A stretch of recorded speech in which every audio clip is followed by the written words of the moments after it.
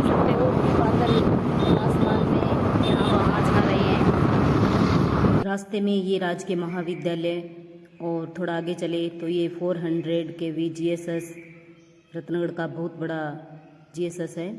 और ये आगे बकरियां चर रही है खेतों में, संकट मोचन बालाजी का मंदिर। और ये आगे हमने खेत देखे जिनमें फसल कट चुकी थी और तूड़ी के ढेर लगे थे, गाय भैंसें चर रही थी। और ये एक खेत जिसमें प्याज की फसल काटी जा रही थी, प्याज साफ करके बोरों में आ गए अपने खेत में। और ये हमने गेट खोल दिया है, फाटक, और ये खेत के अंदर हम जाते हुए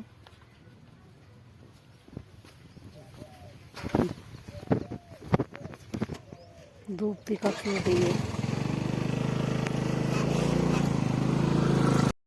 और खेत में आकर हमने सबसे पहले मनाई शगुन।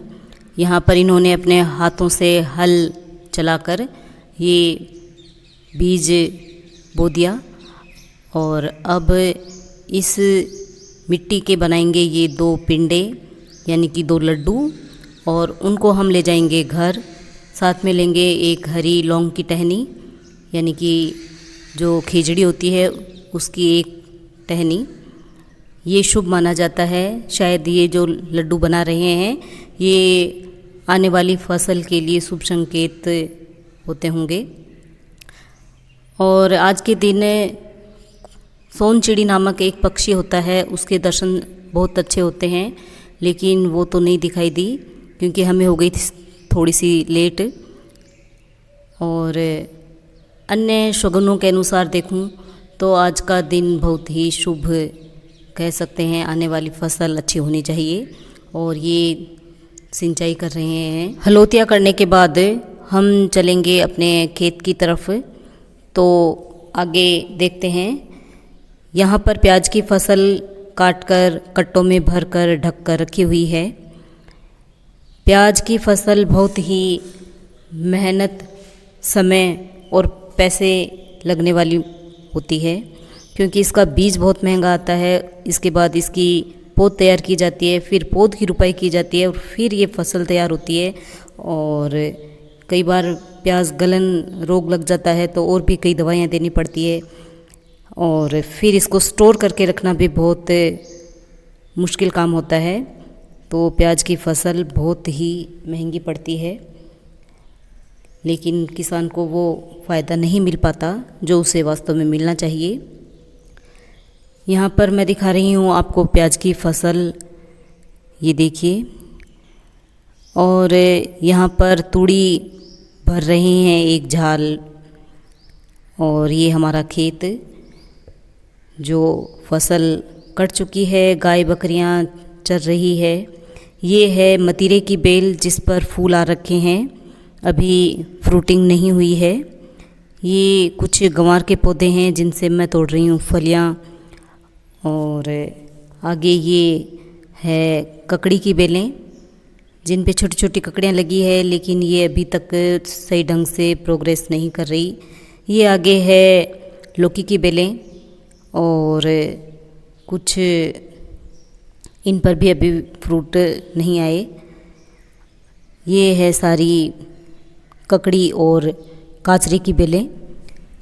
काचर भी लगे हैं लेकिन वो अभी कच्चे हैं, पके हुए नहीं हैं। भाई साहब बता रहे हैं कि अभी तक इनमें फ्रूटिंग क्यों नहीं शुरू हुई है, क्योंकि इनमें हमने कोई भी खाद नहीं दी है।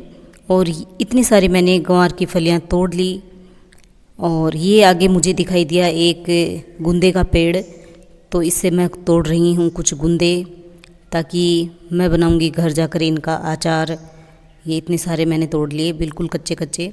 ये भाभी जी बना रही है हमारे लिए चाय इस दोपहर में भी। आज इनकी तबीयत ठीक नहीं थी, लेकिन फिर भी इन्होंने चाय बनाई और बहुत ही मेहनती, इनकी निश्चल हंसी बहुत ही प्यारी। और ये कर रही हैं अब सब्जी की तैयारी। फलियाँ ये जो है सांगरी, इनको साफ़ करते हुए मैं इनके हाथों को देख रही हूँ। इनके हाथ जन्मजात से ही इन्होंने बताया कि ऐसे ही हैं, इनमें किसी प्रकार का दर्द वगैरह नहीं होता, ये काम और करती हैं तो। बहुत ही खुरदरे हाथ है इनके, और इनके बच्चों के भी ऐसे ही है। अब मैं चलती हूँ खेत की तरफ ताकि सांगरी देख सकें। तो ये सारी खेजड़ियाँ हैं, लेकिन सिर्फ एक पेड़ पर सांगरी बताई। ये सारी छंगाई की हुई खेजड़ी है, जिनको छांग देते हैं उन पे सांगरी नहीं लगती, और जो अबड खेजड़ी होती है उस पे सांगरी लगती है। इस साल सांगरी बहुत ही कम लगी। और ये जो डोके दिखाई दे रहे हैं ये हैं सरसों की फसल के। तो जब तक सांगरी तोड़ने वाला कोई आता है तब तक मैं निकालती हूँ यहाँ पर प्याज। गीली मिट्टी में ये जो 2 सरियों से बना हुआ एक है औजार, इससे बहुत ही आसानी से प्याज निकल जाते हैं। ये देखिए, पिछली बार मैं आई थी तो 1 कट्टा प्याज निकाल के गई थी। अब की बार तो टाइम थोड़ा है, इसलिए थोड़े ही मैं निकाल रही हूँ। और आप देख सकते हो कि इनको इस तरह से साफ़ किया जाता है। ऊपर का जो कचरा होता है उसको हटाया जाता है, ताकि नीचे के जो साफ साफ प्याज होते हैं वो बिक जाए, कचरा यहीं रह जाए खेत में। ये देखिए, बहुत ही आसानी से निकल रहे हैं। हमारे खेत के प्याज बहुत ही वास्तव में मीठे हैं और बहुत ही बढ़िया प्याज, ऑर्गेनिक कह सकते हो इनको। इनके ऊपर का कचरा इस प्रकार से हटाया जाता है। ये देखिए, ये जो दरांत है इससे अभी मेरे को थोड़ा सा अभ्यास नहीं है, थोड़ी देर में रहूँ तो अच्छे से कर सकती हूँ। ये पैर में प्याज पकड़कर काट रहे हैं। इधर भाई साहब भी लग रहे हैं प्याज को साफ़ करने के लिए। ये है एक तुम्बे की बेल, जिस पर तुम्बा भी लगा है, बहुत ही औषधीय गुणों वाली बेल। ये तुम्बे खाते हैं पशु। यहाँ पर इन भाई साहब ने काट दी है खिचड़ी, तो अब हम इन टहनियों से तोड़ते हैं सांगरी।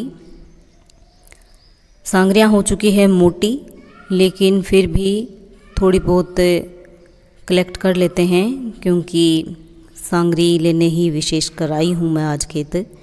ये देखिए, बारीक तो नहीं है, मोटी मोटी हो चुकी है सारी, लेकिन इनको हम तोड़ लेते हैं। और अब चलते हैं हम वापस घर। दोपहर के बज चुके हैं 12 साढ़े 12 का समय हो चुका है। और ये है हमारे खेत की बाड़। ये होती है इरणों की बाड़, या इसे माठ भी कहते हैं। ये प्रकृति द्वारा अपने आप ही होती है, और इससे ये इतनी मजबूत होती है, इसमें से कोई जानवर खेत में अंदर नहीं घुस सकता। बहुत ही शानदार। और अब आ रहे हैं हम, दोपहर के बज चुके हैं 12 वापस, और तापमान अभी यहाँ का है 42 डिग्री। और इस धूप में अब हम चलते हैं घर। वो आ रहे हैं पीछे, थोड़ी दूर मैं चलती हूँ पैदल तब तक। जय श्री बालाजी। हमें भी कहीं कहीं निजात मिल रही है बादलों के कारण। ये हमारे खेत का रास्ता है। रास्ते में हमें दिखाई दी ये एक ईंटों की भट्टी, चारों तरफ ईंट ही ईंट। ये देखिए कितना बड़ा सारा भट्टा है, और चारों तरफ ईंटों से चिना हुआ। शाम को आई हमारे यहाँ पर बहुत तेज आंधी। ये देखिए धूल के बवंडर चारों तरफ। मैंने कल धोई थी छात, सारा कर दिया सत्यानाश इस आंधी ने। चारों तरफ धूल ही धूल हो गई। लेकिन बरसात इतनी तेज़ थी कि सारी मिट्टी एक बार में ही निकल गई। ये देखिए, और बरसात के साथ गिर रहे हैं बड़े बड़े ओले भी। ये देखिए, जो पौधे हैं इनकी रौनक अच्छी हो गई। बरसात तेज़ थी तो हमने पानी लगा दिया अपनी कुंड में, ताकि पानी स्टोर हो सके आगे पीने के भी, और पेड़ पौधों में भी काम आए। शाम को हम जा रहे हैं एक शादी में, बहुत ही बढ़िया शादी का फंक्शन था। शादी के फंक्शन में हम जाते हुए। ये है मेरी फ्रेंड सुधा जी और उनकी बेटी, इनकी भांजी की शादी है और मैडम ने मुझे बहुत ही रिक्वेस्ट किया। थैंक यू मैडम, और आपसे मिलकर बहुत अच्छा लगा। मैडम बहुत ही सुंदर लग रहे हैं, बहुत ही प्यारे हैं, बहुत ही अपने कर्तव्य के प्रति सजग हैं। और ये देखिए अब विवाह स्थल पर सजावट, बहुत ही बढ़िया सजावट की गई है। और एक माता पिता अपनी बेटी की शादी में जो कुछ कर सकते हैं उन्होंने सब कुछ करने की कोशिश की है। बहुत ही बढ़िया खाना, बहुत बढ़िया डेकोरेशन और सारा व्यवस्थाएँ भी बहुत ही अच्छी। हम जी गेस्ट हाउस में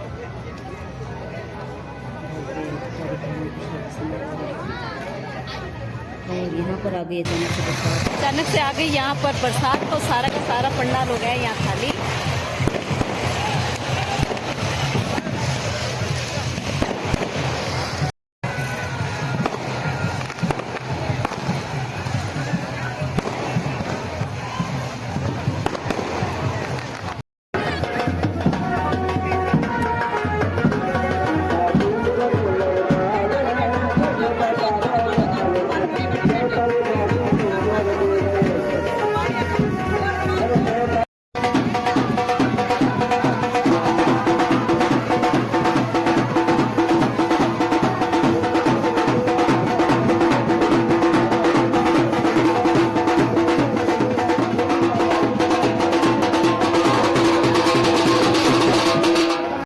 नाचते गाते दूल्हा जा रहा है घोड़ी पर तोरण की रस्म के लिए।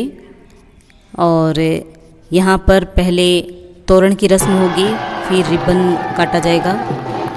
ये जो देख रहे हैं वो आप, ये तोरण है जिस पर झाड़ी की छड़ी से टच किया जाता है।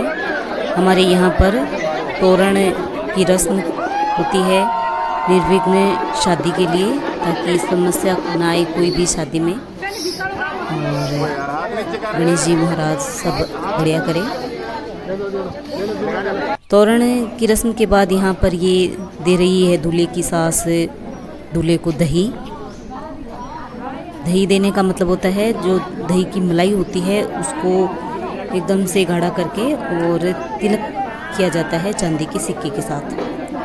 ये रस्म हो रही है और अन्य रस्में भी। और यहाँ पर तोरण की रस्म देखने के बाद हम आ जाएंगे अपने घर, क्योंकि मौसम हो रहा है ख़राब। मेरा व्लॉग देखने के लिए thank you. Like comment share subscribe भी ज़रूर कीजिए। मेरी वीडियो को प्लीज़ एंड तक पूरा देखिए, बीच बीच में स्किप न कीजिए। मिलते हैं नेक्स्ट व्लॉग में, तब तक थैंक यू।